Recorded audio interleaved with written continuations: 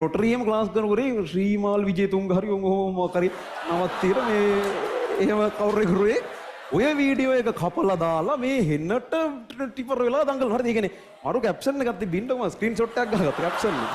හරි. අහන්න. කෑ ගහන්න එපා දැන් ඉතින්. මට මේ කියන්න දෙන්න. මේ විදිහේ ස්ක්‍රීන්ෂොට් එකේ කියලා තියෙන හරිද?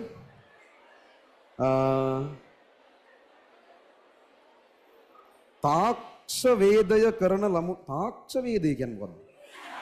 තාක්ෂ වේදය කරන ළමුන්ගේ මානසික මට්ටම අඩුද? ඊට පස්සේ තරහ මූණක්. මේ කතාවට දැඩිසේ විරුද්ධ වේ. මේකෙත් දයන්න වැරදි. හරිද? මොකද මට පෞද්ගල මම ලියන්නම්. මේ වන්න මොකද කියලා ඕනේ මට මේ පෞද්ගලිකව ඉස්තුවක් පෞද්ගලිකවම නෙමෙයි ලියන්නේ. පෞද්ගලිකව කලින් තාක්ෂ වේදේ වුණාට දැන් තාක්ෂණ වේදය. තාක්ෂණ වේදේ ඒකෙත් අකුරු වැරදිද මන්ද මන් දන්නේ. කරන සිසුන්ට